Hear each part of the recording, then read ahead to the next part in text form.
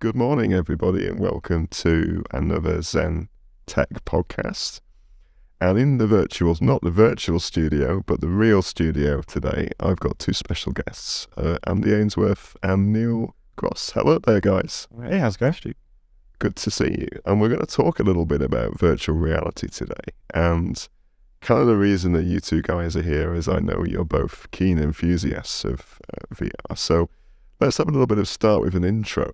Andy, tell us a little bit about yourself and tell us about your first VR experience. When was that and how did it happen? Brilliant, yeah. Well, I'm just a great lover of technology in general. Software developer here at Zen. But many years, probably 8-9 years ago now, I got first excited about VR. And back then, that was just some apps running on phones. And I made a virtual headset out of cardboard. That's before the Google Cardboard came out. Sort of hacked one together, bought some lenses from China, and pieced together a little headset to use with these split-screen mobile headsets, and would take that down the pub with a few friends of mine and show some strangers some roller coasters and other interesting things at the time. At the time, I didn't have a gaming PC, but I was prepared for the first release of Oculus, and so I built that PC over the year, waiting for the headset to come out after it pre-ordered, and then set up a room. I managed to be lucky enough to have a spare room I could set up a VR back then. And that proceeded then for me to constantly have friends coming over and sometimes just people I'd met at the pub to come and check out this new technology. So I embarked on many years of showing people virtual reality and keeping up to date with it and getting every new headset as it came out. And I'm still doing that to this day. Fantastic. And what year was that approximately, Andy, when you first built your prototype? I've forgotten the exact year by now. I think the last couple of years, I've been missing off 2 years from every accounting of how many years it is, because it was kind of a funny 2 years, wasn't it? I can't remember the exact date, unfortunately, yeah. But probably sounds, I mean, I'm thinking back, we've got an Oculus, we'll come on to that in a minute, but the Oculus Quest headset, the DK1, which was the prototype from Oculus, launched in around 2010, 2012, so could be 10 years ago. So quite a long time in technology terms. Neil, what about you? When did you first come across VR and what's your role in Zen, by the way? Forgot to ask. Oh yeah, so I'm the retail support operations manager, so I look after the tech support teams that talk to our small business and residential customers, and been in that role for three and a bit years. First VR experience, it was in the building here, actually. It was one of those sort of game days or some sort of themed event we were having. And I don't know what headset it was. I think it was one of the Microsoft ones, but it involved the room being emptied and a couple of stands being erected that had cameras that faced you. And I don't know if it was connected to a PC, I can't remember, but I played some sort of archery game, and I'm like, oh, that's pretty good, quite like that. Thought it was a bit expensive. I think you needed some backup hardware, like I say, to plug it into. So I sort of thought, okay, maybe not quite yet, but we'll come back to that.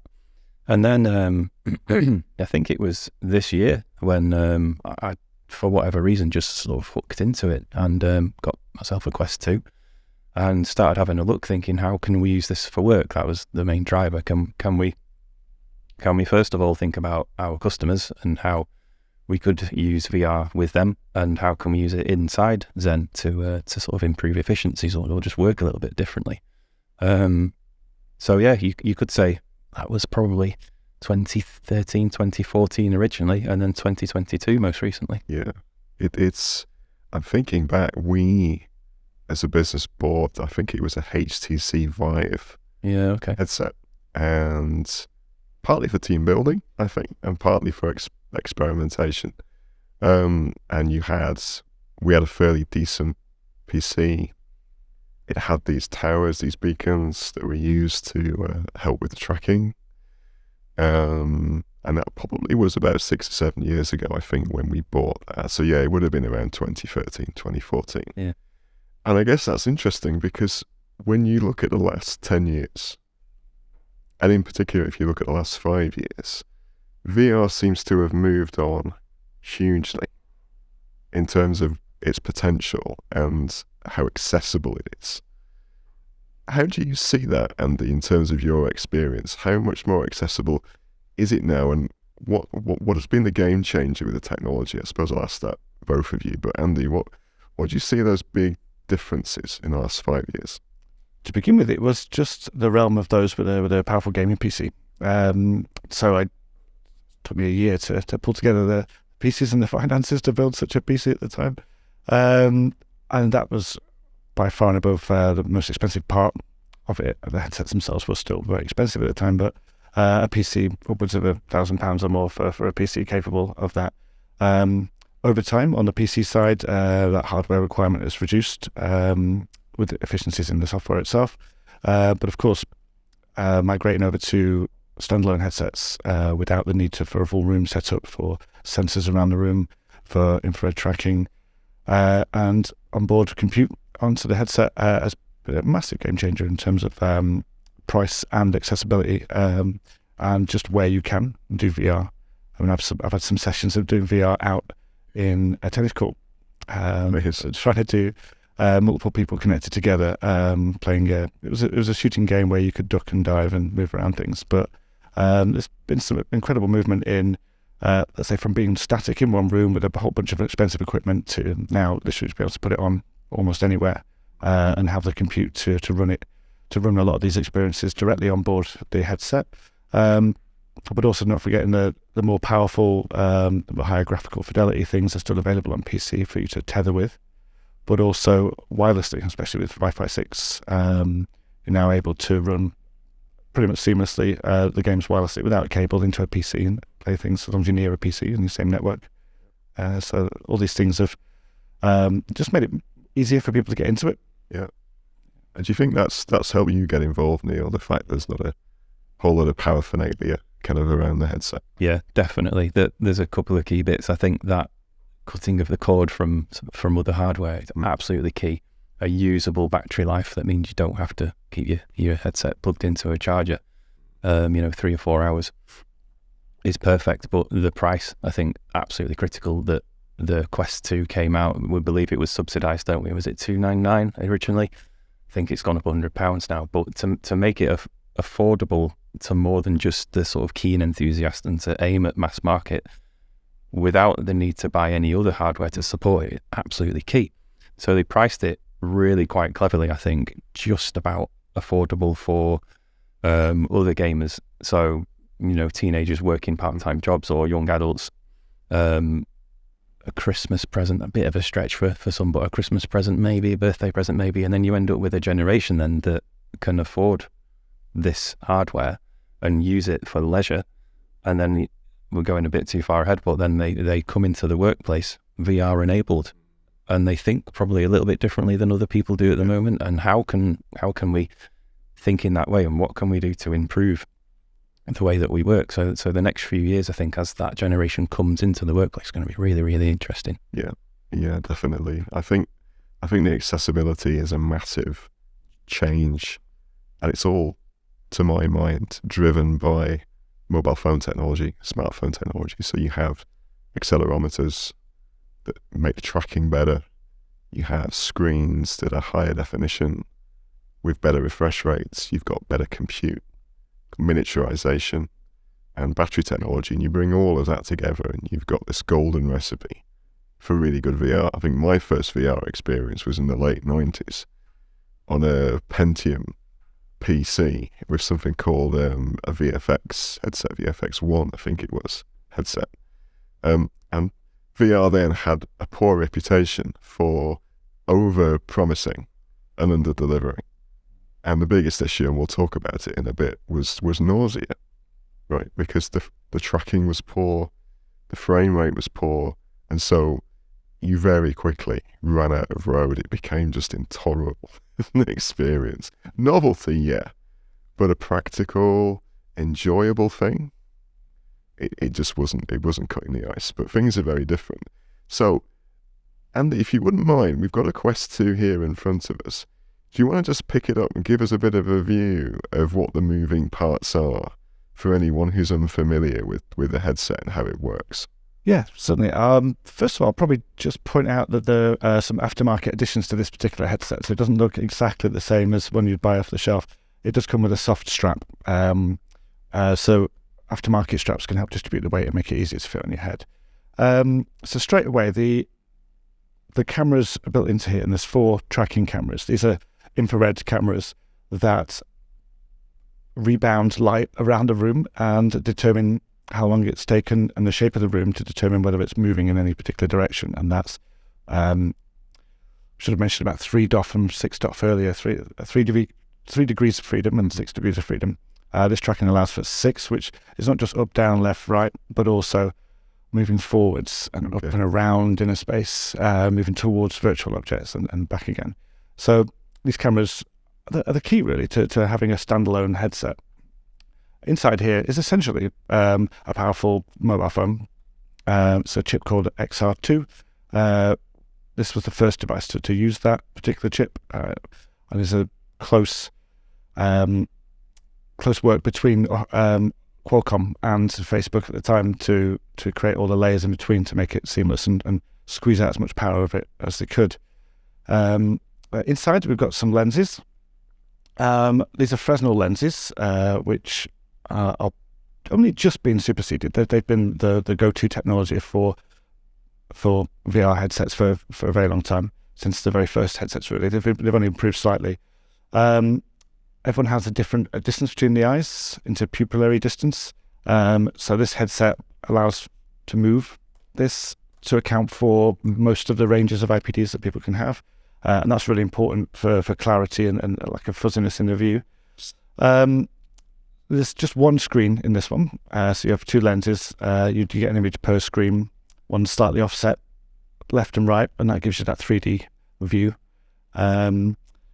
I guess that's the main thing there. So comfort interface, again, this is an aftermarket one to make it even more comfortable than the one that came here. And this is wipeable as well, which the one that it comes with isn't usually. But you take all those things together, pop it on your head, and you then see a 3D image of whatever's represented on the screen there. And with the tracking and cameras, you're able to move in, out, and around and physically explore that virtual world. Sounds really, really interesting. And the controllers, how do they work? These controllers are tracked by the cameras on the headset, and actually hidden away in here. You can't see it. I don't know if it might show up on camera actually, if I turn one on. But there's a series of lights on here around this tracking ring, and the idea is that tracking ring is out the way of your hand, so there's less chance of it being occluded by your hands. So the cameras then will track the position of this every sort of millisecond or sub-millisecond tracking.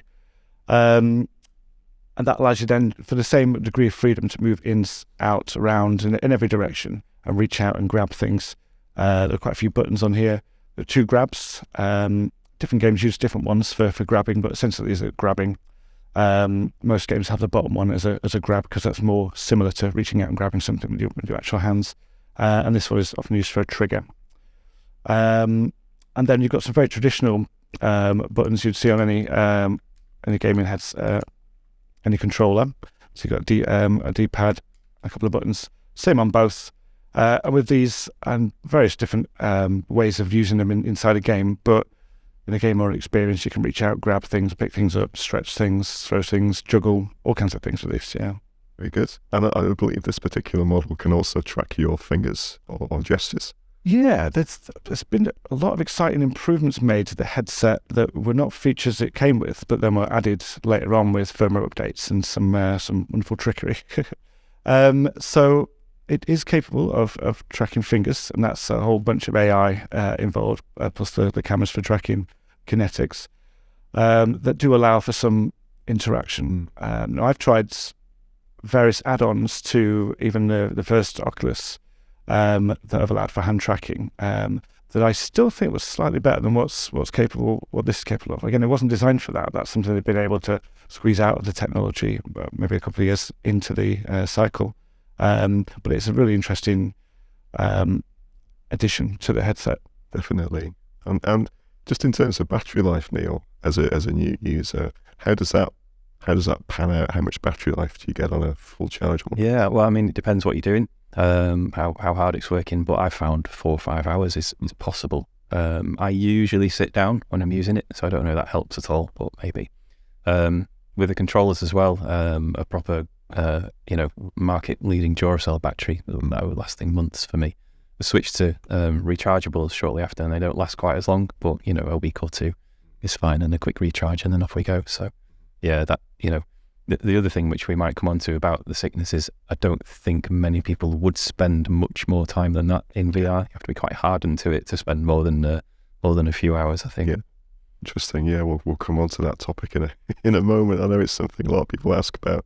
I mean, the one comment I'd have as well is glasses. So I know you guys, do you wear glasses when you're using this? So this particular model, the Quest 2, it's a little bit more cumbersome when you've got glasses compared to the original Quest.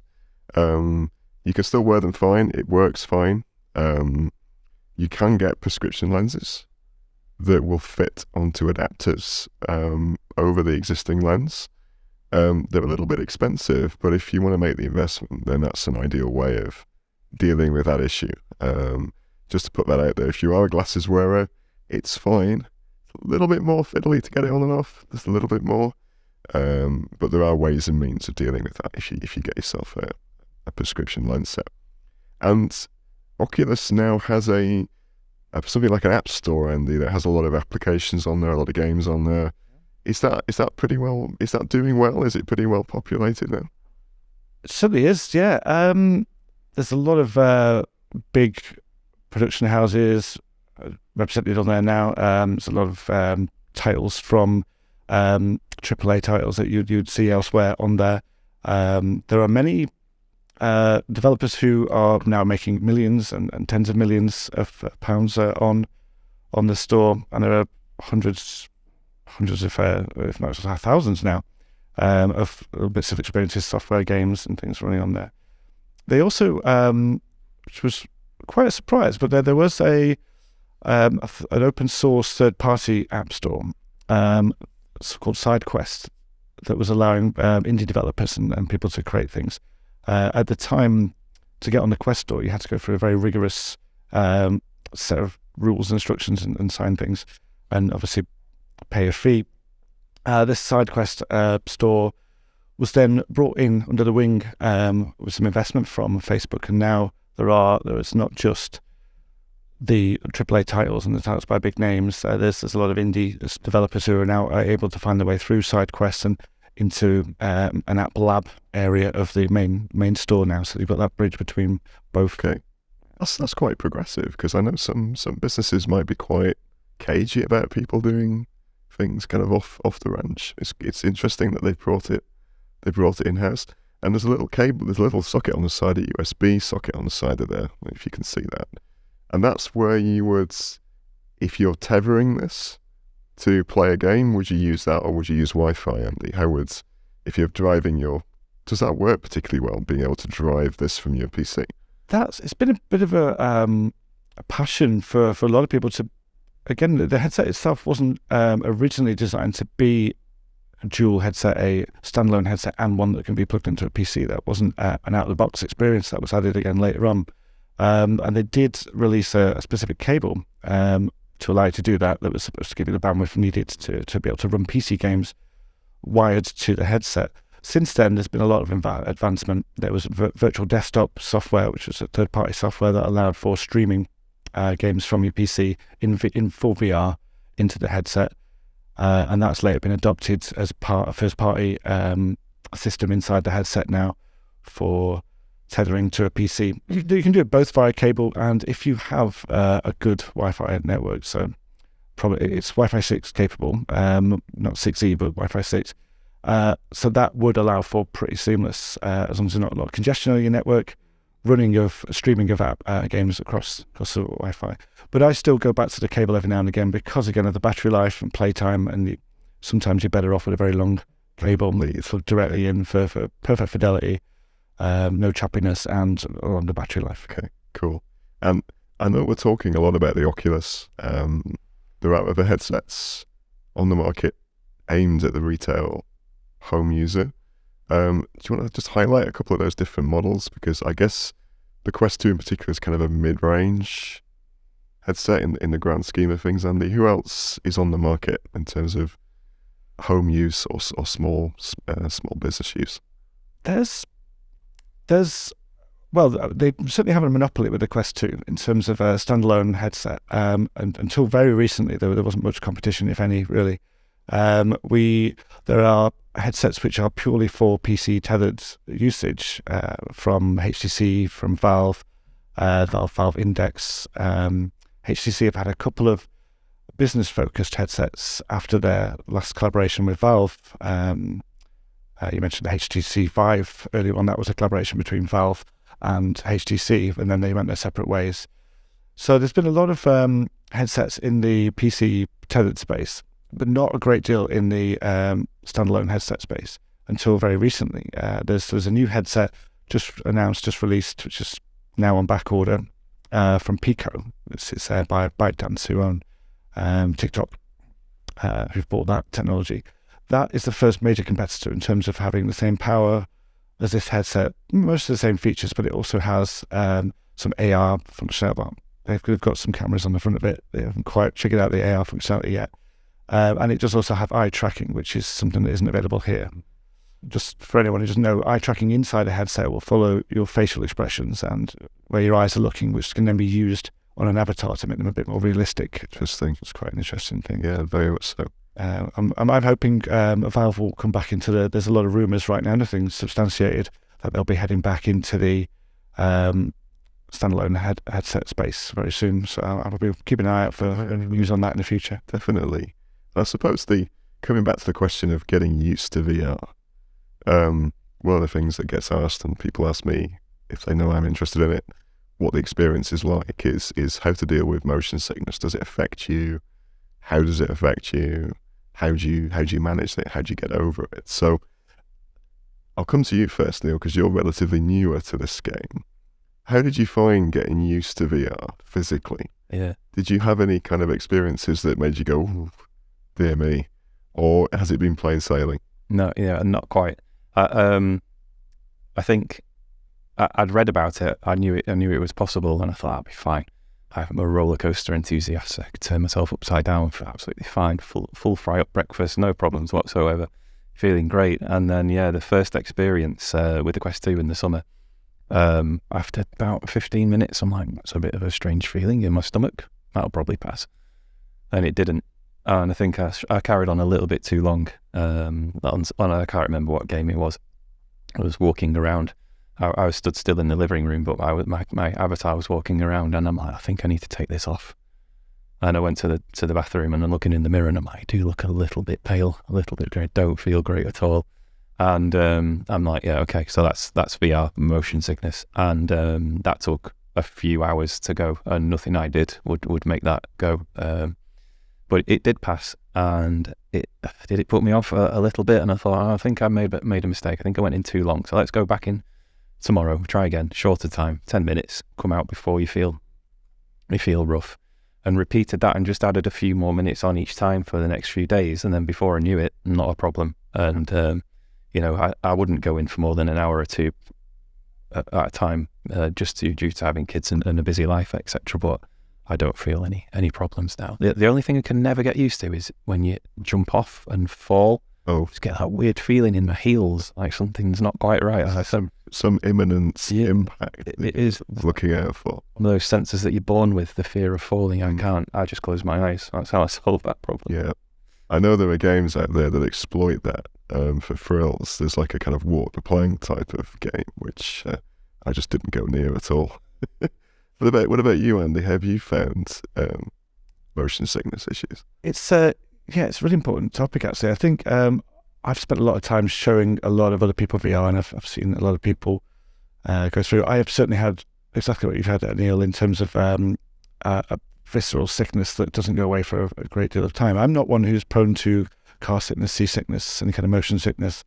So it was only after some very extreme experiences. I think I was doing hang gliding or base jumping or something, and I was flying through the air really fast and falling for ages until I started to feel that sickness. just to point out from the very beginning, the earlier headsets were way more prone for causing this kind of sickness. And there were a lot of reasons for that, in terms of the refresh rate being slower than was acceptable for the human eye, especially when moving sideways. If there was a slight delay, you would feel a jerk of, this isn't quite right. There's not a one-to-one relationship between where I'm moving in the headset and what I'm actually feeling in real life. Most of those problems have been resolved by technology upgrades, in terms of better screens, better refresh rate, higher resolutions, things like that. There is a term, VR legs, as you alluded to there, Neil, which is the more you do it, the easier it is, and the less prone you are to this kind of sickness. With modern headsets, I'd say that most people I've shown VR, in most experiences, won't feel any sort of sickness whatsoever. If you push the boundaries of what you're comfortable with, anything that's not quite one-to-one with what you're doing in real life is, of course, going to cause some sort of uneasiness. One key bit of advice is to make sure the second you start feeling any kind of wobbliness or something akin to a car sickness or a seasickness, is to come out as quickly as possible. We've both experienced, if you don't and you push yourself too far, that sickness can stick around for a while. But it's much rarer than it has been. The more and more people I show with each generation of headsets got rarer and rarer and rarer. But also, just some advice, if you do feel it, please come out. And then over time, you will get more and more used to it.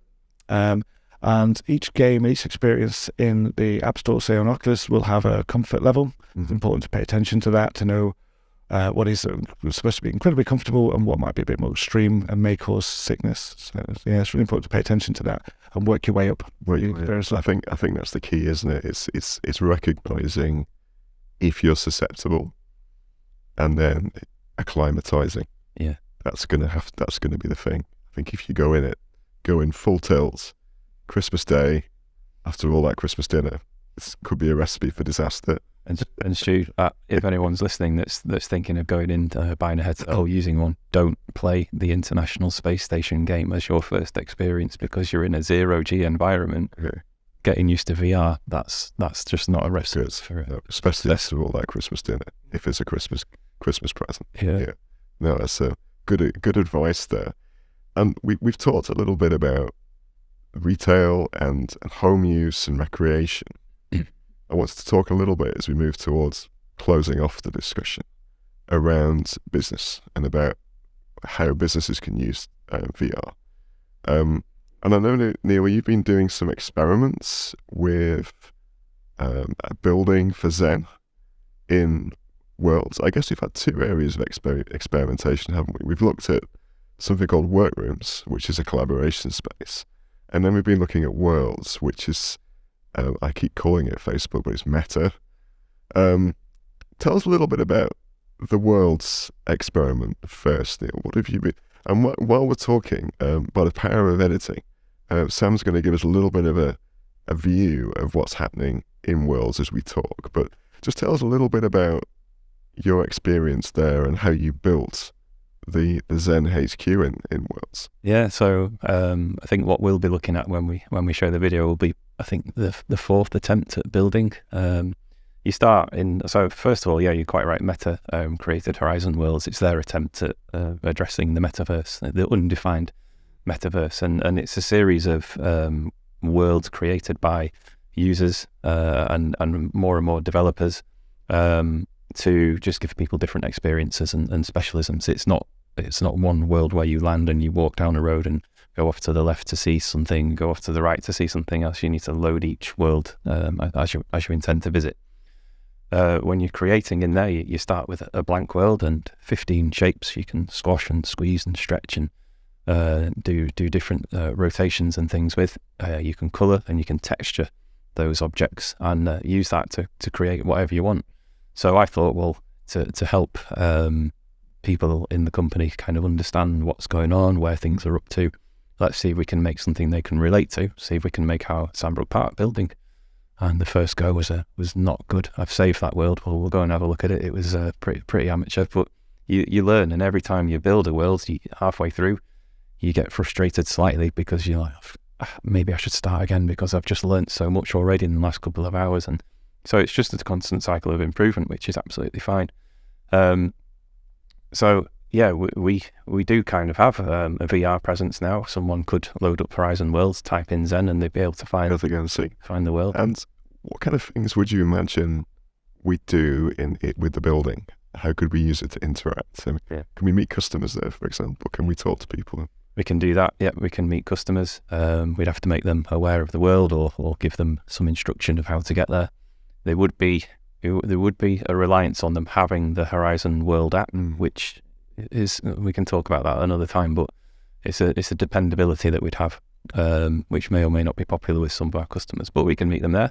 We can have a Zen employee representative in there chatting to them. We could make sales. We could answer questions about provisions. We could answer questions about bills and give technical support and all sorts of stuff. We can do demonstrations of technology, which we'll hopefully see when we go in there. I've got a bit of a demo on how the Wi-Fi signal spreads around the house and what you can do to kind of optimize the position of your routers to get the best signal. We can meet people that you could do a virtual partner event in there and get your partners in, and there's a stage and there's a microphone, and we could, if you imagine Steve or Dave or someone like that presenting to the partners, save them that travel to Rochdale or wherever maybe we host the event. There are some limits. So for a tech support agent, for example, to test a customer's connection, they'd need to remove their goggles, go on their proper screen, tap in some tests, go back into the virtual world and hope that link wasn't broken and it was seamless. So there is, I believe, a longer term wish for Meta to merge Horizon Worlds with Workrooms, and that will be the moment that we really need to be ready, because that's the kind of game-changing event where you've got a staff member who doesn't need to leave VR in order to carry on that service. That will be a really good experience. Yeah. And it's that transition to Workrooms. I'll just come to you, Andy, to ask a little bit about what Workrooms is compared to Worlds. Tell us a little bit about Workrooms. It's even more exciting now, considering the latest Connect, which is the conference that Meta has every year now. They've announced a load of improvements to that area. So this is virtual meetings, meeting space. You can stand up, sit down, sit around a table. It has some interesting features. The more people that join, the bigger the table gets, the bigger the room gets automatically. That's a question, nice little feature. So it's great for one-on-ones all the way up to, I think it's 10 or 15 now. I don't know if the upper limit right now, they're hoping to make that limit bigger and bigger and bigger. You can have halls. So this is a space for people to collaborate, sit around a screen or multiple screens with a VR headset on at home. People who don't have a VR headset can also join in on their phones, on a laptop, and they can be represented inside the virtual space at a virtual table as a screen with a video playing of them, so we can all see each other, talk to each other. It has some amazing, let's call them improvements over, say, a video call for this same type of meeting. There's this wonderful feeling of being present, the ability to sit next to somebody, feel they're physically present next to you, see them move, talk to you, and the audio is key in this, the sort of binaural spatial audio that lets the audio come from the direction of the person who's talking, so you can turn around and talk directly to somebody who's sat next to you. There's also some features where if you were whispering to somebody here, the person on the other side of the room couldn't hear, or some settings for that. So you could essentially have smaller groups inside a bigger group, which is a split off, which is a feature of some things like Zoom and things like that. We can split off into separate rooms, but to be able to walk away and have a brief private conversation is also quite interesting. What's coming, though, is much more interesting for office-based or work-based use of this kind of stuff. So just announced recently is integration with Microsoft Teams, which is probably key, integration with Office 365 and all the various Exchange and all the various ways to represent a user and create user accounts and things like that are all integrated with the Microsoft suite.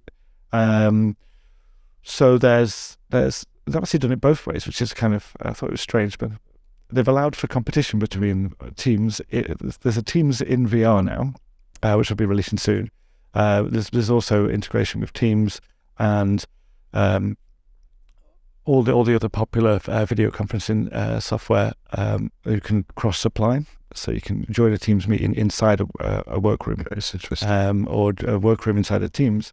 So all this is with Oculus Meta hoping to push very much from this year forward for more use of VR in the workplace.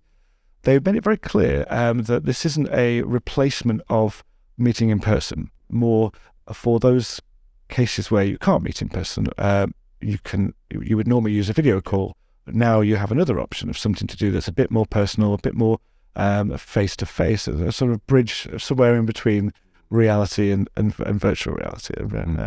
So it's pretty interesting. And I guess that's an important point to make, isn't it, Nick? That we're not suggesting that this replaces face-to-face interaction.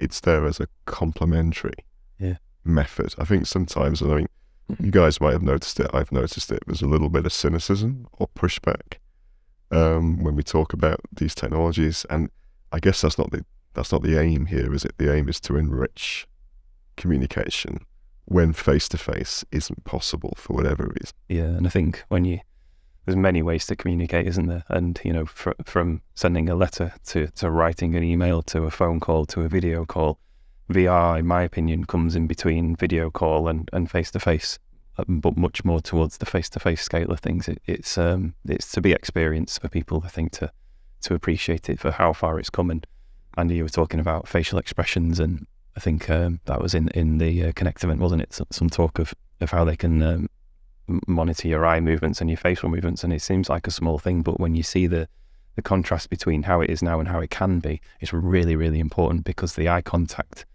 the subtle facial expressions that it can pick up, just enhance it further and further.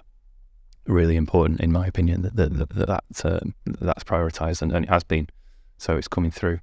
And also, VR is not always going to be for everyone. The way that Workrooms has addressed that, with bringing in Teams and other ways for people to join the virtual room but in the real world, which is quite hard to explain. You kind of have to experience it to understand exactly how that works.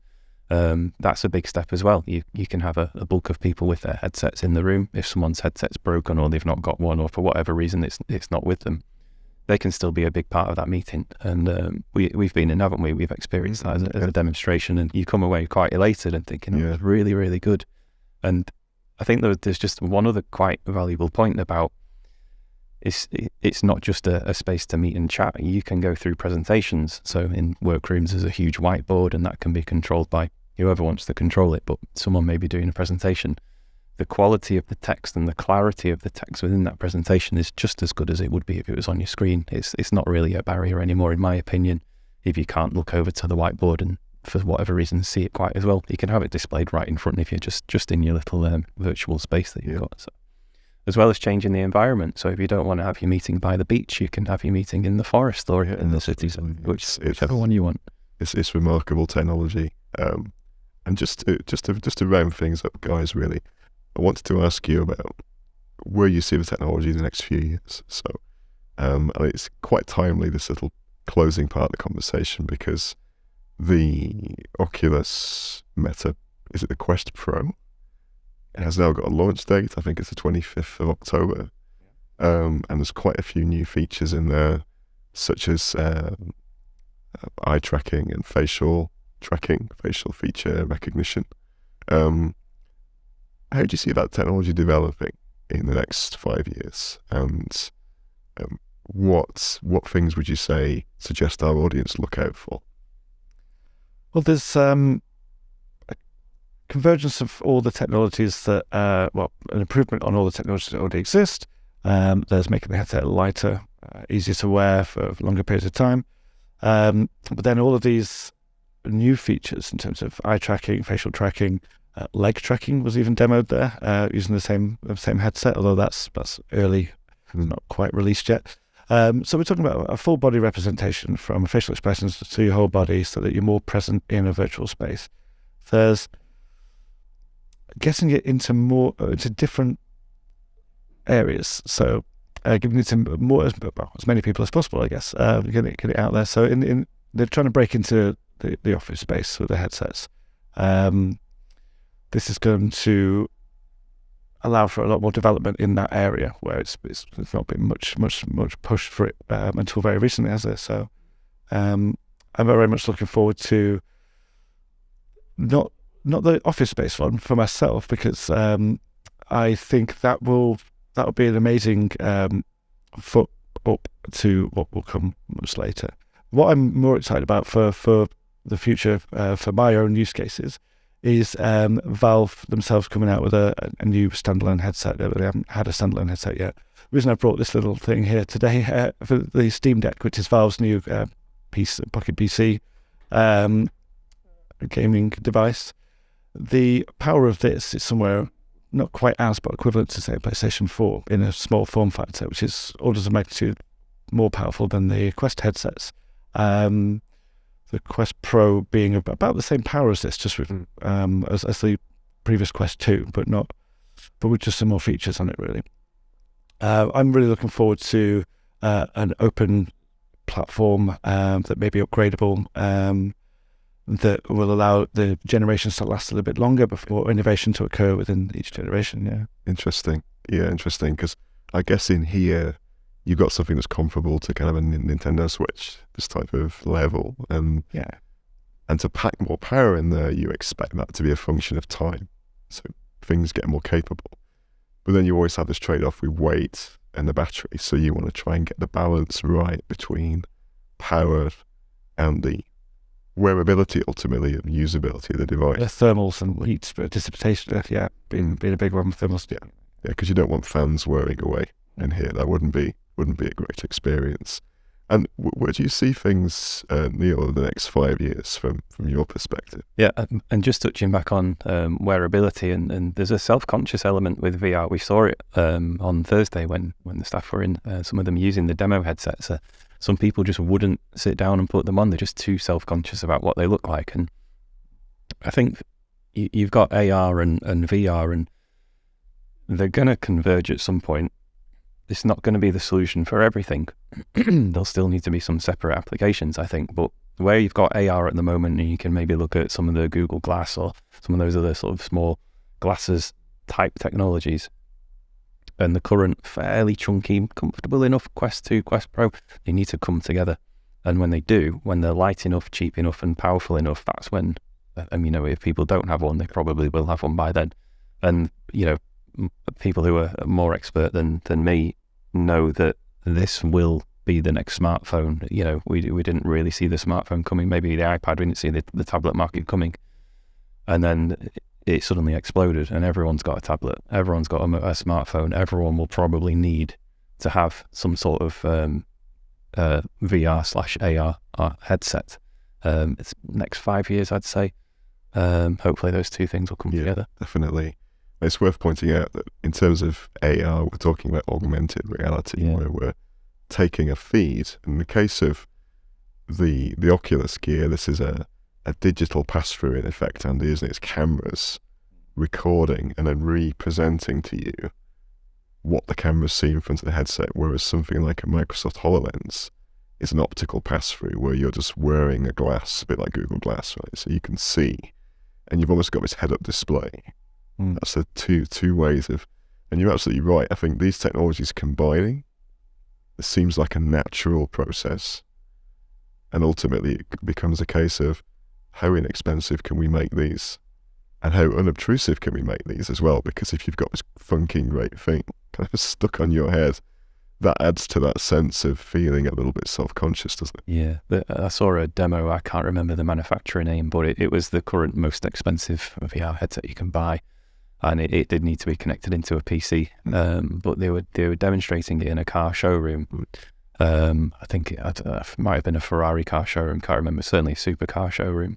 And the customer put the goggles on, and they said, "What colour do you want the car?" Like, red. It's got to be red. Okay, show you the car in red.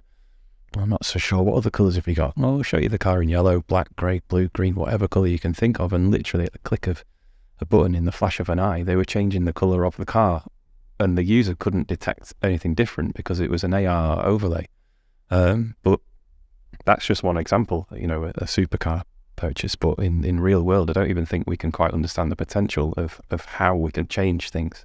Training, safety, and fun, leisure time, etc. It could just be revolutionised, I think, as those two technologies converge. Definitely. The dream for most manufacturers is the convergence and downscaling of the technologies to a point where it's just as comfortable to wear as a normal pair of glasses. I Meta themselves are doing a top-down, bottom-up approach to this development. They have been working with Ray-Ban to make some early passes on headsets with heads-up glasses with heads-up displays and cameras in them to experiment with this technology from the augmented reality, from where you can see through a piece of glass and have something laid on top of the real world. But then, the eventual convergence of both of these technologies to be able to both simulate brand new worlds and overlay onto the current world a bunch of useful information, like you say, for anything from for surgeons to overlay a particular procedure onto a live human, or to remotely control a robot to do the same thing. I could keep going for days with the ideas, but you get the message. So there's I'd quite like to, when you said, Neil, we can't really envisage quite what we'll be able to do with this technology, but it's coming, and it's coming faster and faster every year. So fantastic. So that takes us to a wrap. So thanks very much for your time, guys. It sounds like a big thumbs up for VR. So if anyone's contemplating a Christmas gift, this might be the technology to get involved in. So we will have some show notes at the end if anyone wants to follow up and have a look at Workrooms, have a look at Worlds. Also, opportunity to go and visit Zen. And just want to thank you both for your time. Thanks very much, and we'll speak again soon. Cheers, Neil. Thank you.